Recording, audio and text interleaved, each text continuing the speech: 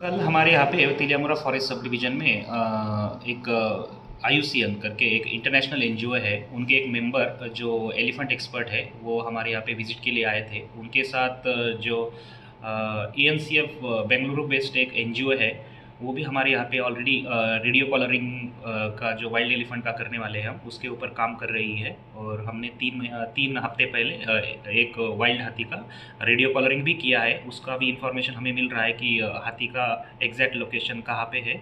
इससे हमें ये फ़ायदा हो रहा है अभी कि जो हाथी गांव में आते हैं और प्रॉब्लम करते हैं, क्रॉप पैडी फील्ड में जाते हैं, उसको हमें अभी एक अर्ली वार्निंग सिस्टम जैसे हम अभी यूज़ कर रहे हैं। तो उसका फ़ायदा हमें जो डिप्रेडेशन एक्टिविटीज़ है वो कम करने में हो जाएगा। और जो कल का विज़िट रहा था वो बेसिकली यही था कि वो जो हमारा एलिफेंट एरिया का जो हैबिटेट है तिलियामुरा में, तो उसका वो स्टडी करने के लिए आए थे। तो हमने उनको पूरा जो एलिफेंट हैबिटेट का जो कृष्णपुर एरिया है, मध्य कृष्णपुर एरिया है, जुम्बारी एरिया है, तो उनको हमने वो एरिया दिखाया है। और उनके हिसाब से वो जो थोड़ा स्टडी करेंगे और उसके ऊपर जो मैनेजमेंट प्रैक्टिसेस होंगे और जो हमारा एंटी डिप्रेडेशन एक्टिविटीज़ में उनका जो इनपुट्स होगा वो हम यूज़ करेंगे।